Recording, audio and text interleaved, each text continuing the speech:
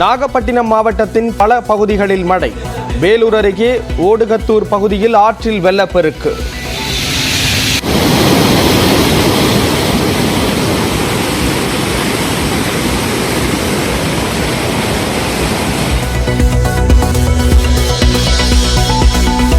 திருவாரூர் மாவட்டத்தின் பல்வேறு பகுதிகளில் காலை முதல் கனமழை. ராமேஸ்வரத்தில் ஒரு வாரமாக விட்டு பெய்யும் கனமழையால் மக்கள் மகிழ்ச்சி.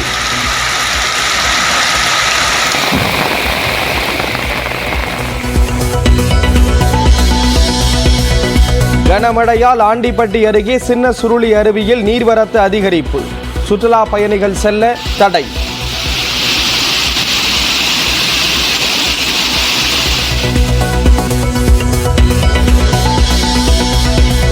தேனி, தென்காசி, நெல்லையில் இன்று அதிகனமழை பெய்ய வாய்ப்பு. வானிலை ஆய்வு மையம் எச்சரிக்கை.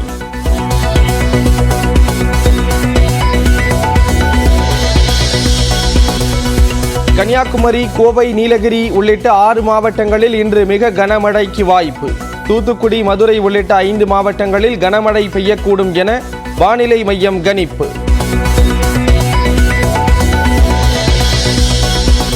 வைகாசி முதல் முகூர்த்தத்தை ஒட்டி திருப்பரங்குன்றத்தில் ஒரே நேரத்தில் 100க்கும் மேற்பட்ட திருமணங்கள். நிரம்பி வடிந்த கூட்டத்தால் களை கட்டிய கோயில் வீதி.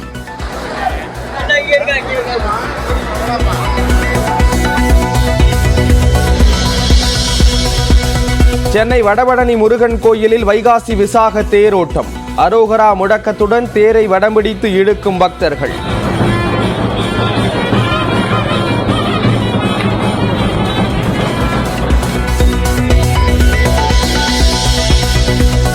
கோடை விடுமுறையால் திருப்பதியில் அலைமோதும் பக்தர்கள் கூட்டம். ஒரே நாளில் 90,000 பேர் தரிசனம் செய்த நிலையில் இலவச தரிசனத்திற்கு 24 மணி நேரம் காத்திருக்கும் சூழல்.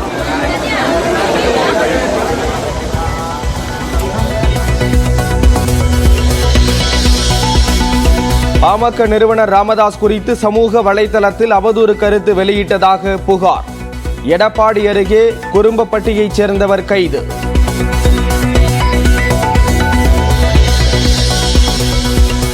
உத்தரப்பிரதேசம், மகாராஷ்டிரா உள்ளிட்ட 8 மாநிலங்களில் 49 தொகுதிகளில் நாளை வாக்குப்பதிவு.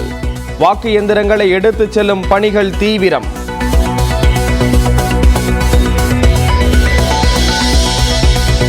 திருச்செங்கோடு அருகே எலையாம்பாளையத்தில் விவேகானந்தா மகளிர் கல்வி நிறுவன வளாகத்தில் நடந்த சோதனை நிறைவு.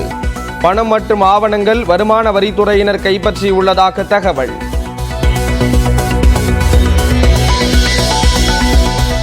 கல்பாக்கம் அணுமின் நிலையத்தில் பணிபுரியும் சிஆர்பிஎஃப் வீரர் கழுத்தில் குண்டு பாய்ந்து உயிரிழப்பு. பணிச்சுமையால் தற்கொலையா அல்லது வேறு ஏதேனும் காரணமா என விசாரணை.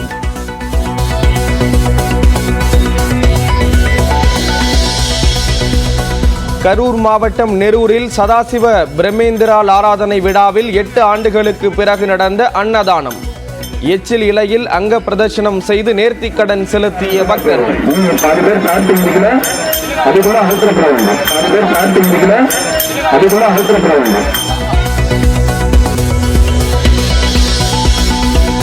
மக்களவை தேர்தலில் வெற்றி பெற்றால் சினிமாவிலிருந்து விலகிவிடுவேன். பாலிவுட் நடிகையும் பாஜக வேட்பாளருமான கங்கனா ரணாவத் அறிவிப்பு.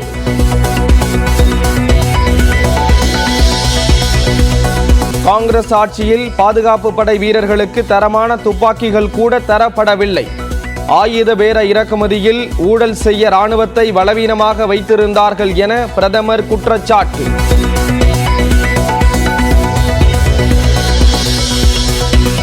நேருக்கு நேர் விவாதம் செய்வதற்கு எங்கு வர வேண்டும் என பிரதமர் மோடிக்கு ராகுல் காந்தி மீண்டும் சவால். விவாதத்திற்கு பிரதமர் வரமாட்டார் என விமர்சனம். நடப்பு ஐபிஎல் தொடரிலிருந்து வெளியேறியது சென்னை சூப்பர் கிங்ஸ். பரபரப்பான போட்டியில் வெற்றி பெற்று 4வது அணியாக பிளே ஆஃப் சுற்றுக்குள் நுழைந்தது பெங்களூரு.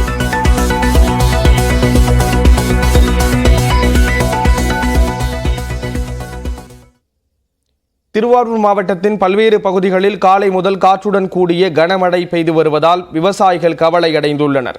திருவாரூர் மாவட்டத்தில் கடந்த 10 நாட்களாகவே பல்வேறு பகுதிகளில் மிதமாகவும் கனமழையும் பெய்து வருகிறது. இந்நிலையில் இன்று காலை முதல் திருத்துறைப்பூண்டி, சிங்களாந்தி, நெடும்பலம், எடையூர், முத்துப்பேட்டை உள்ளிட்ட பல்வேறு பகுதிகளில் காற்றுடன் கூடிய பலத்த மழை பெய்து வருகிறது. இந்த மழையால் பருத்தி மற்றும் நெல் சாகுபடி பணிகள் பாதிக்கப்பட்டுள்ளன. பருத்தியில் தற்போது பூக்கள் வைத்து வரும் நிலையில் மழையால் அவை உதிர்ந்து வருகின்றன. இதன் காரணமாக மகசூல் இழப்பை சந்திக்கக்கூடிய நிலை உருவாகியுள்ளதால் விவசாயிகள் கவலை அடைந்துள்ளனர்.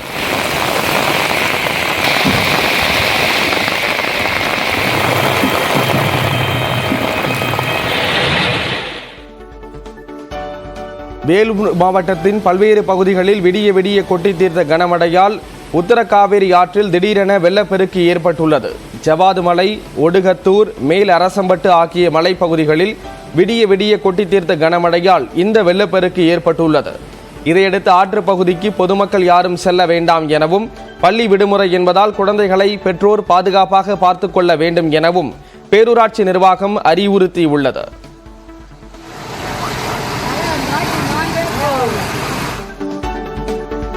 ராமநாதபுரம் மாவட்டம் ராமேஸ்வரத்தில் பெய்த கனமழையால் சாலையில் வெள்ளம் பெருக்கெடுத்து ஓடியது. திட்டக்குடி, சம்பை, மாங்காடு, தனுஷ்கோடி, தங்கச்சிமடம், அக்கால்மடம் உள்ளிட்ட பகுதிகளிலும் கனமழை பெய்தது.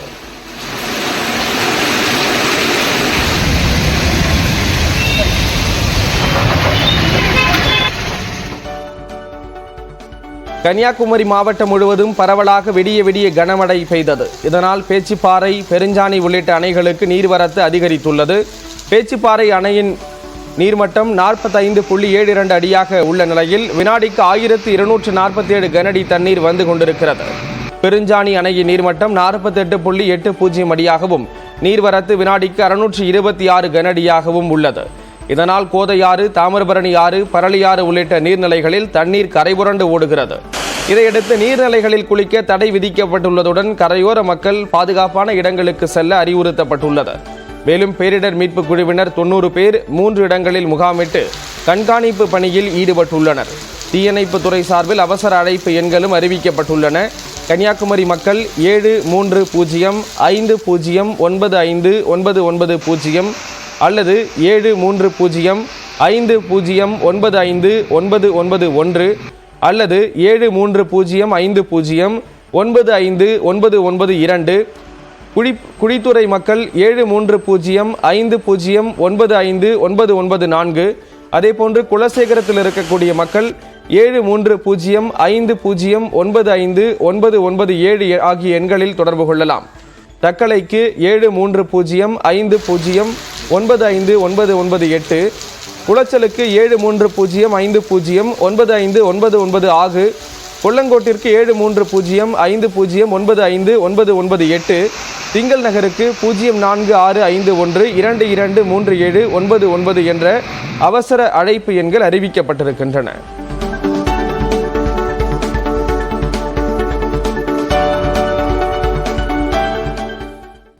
கல்பாக்கம் அணுமின் நிலையத்தில் பணிபுரிந்து வந்த மத்திய தொழிற் பாதுகாப்பு படை வீரர் கழுத்தில் துப்பாக்கி குண்டு பாய்ந்த நிலையில் மர்மமான முறையில் உயிரிழந்த சம்பவம் பரபரப்பை ஏற்படுத்தியுள்ளது. செங்கல்பட்டு மாவட்டம் கல்பாக்கம் அணுமின் நிலையத்தில் ரவிகிரண் என்பவர் மத்திய தொழிற் பாதுகாப்பு படை வீரராக பணியாற்றி வந்தார். நேற்று இரவு பணி முடித்துவிட்டு காலையில் முகாமிற்கு சென்ற அவர் கழுத்தில் துப்பாக்கி குண்டு பாய்ந்த நிலையில் தனது அறையில் மர்மமான முறையில் உயிரிழந்து கிடந்தார். தகவல் அறிந்து சம்பவ இடத்திற்கு சென்ற போலீசார் ரவிகிரணின் உடலை மீட்டு கல்பாக்கம் அணுசக்தி துறை மருத்துவமனைக்கு அனுப்பி வைத்தனர். பின்னர் இதுகுறித்து வழக்கு பதிவு செய்த போலீசார் ரவிகிரண் பணிச்சுமையால் தற்கொலை செய்து கொண்டாரா அல்லது வேறு ஏதேனும் காரணமா என்ற பல்வேறு கோணங்களில் விசாரணையை மேற்கொண்டு வருகின்றனர்.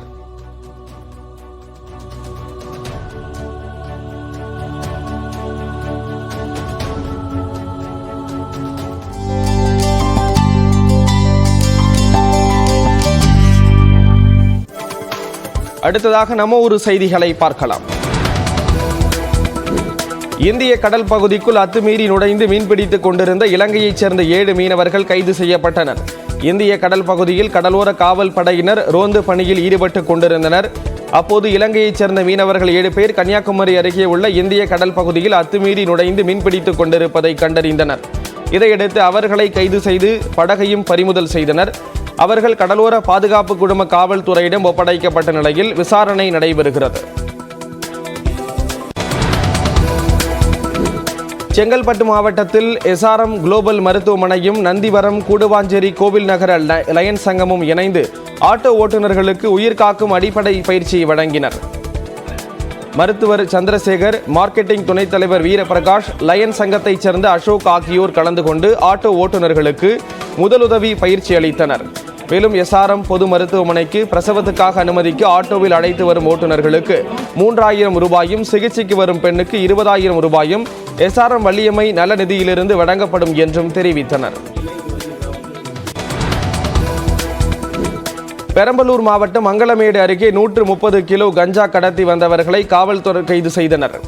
கேரளாவைச் சேர்ந்த அஸ்கர் என்பவரின் கார் 3 மாதங்களுக்கு முன்பு காணாமல் போனது. கடந்த 17ஆம் தேதி செங்கல்பட்டு அருகே அந்த காரில் இருந்த GPS மீண்டும் செயல்பட்டது. இந்த கார் குறித்து பெரம்பலூர் காவல் நிலையத்தினரிடம் உரிமையாளர் புகார் அளித்தார். இதையடுத்து வல்லாபுரம் பிரிவு பாதையில் ரோந்து பணியில் இருந்த காவலர்கள் காரை மடக்கி சோதனை செய்தனர். அப்போது கார் ஓட்டுநர் தப்பி ஓடினார். காருக்குள் 130 கிலோ கஞ்சா இருந்தது. இதையடுத்து காரில் இருந்த 5 பேரையும் காவலர்கள் கைது செய்தனர். காவலர்கள் விசாரணையில் அவர்கள் ஆந்திராவிலிருந்து கஞ்சாவை கடத்தி வந்ததும் அதன் மதிப்பு 13 லட்சம் ரூபாய் என்பதும் தெரிய வந்தது.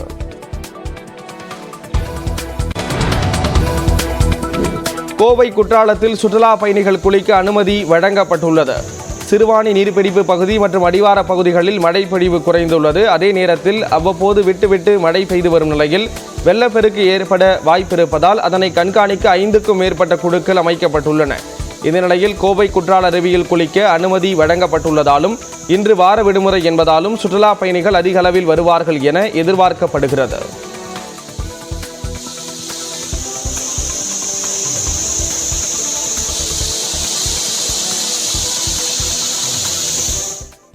ஜனநாயக திருவிழாவின் 5ஆம் கட்ட தேர்தலில் மொத்தம் 695 வேட்பாளர்கள் களம் காண்கிறார்கள்.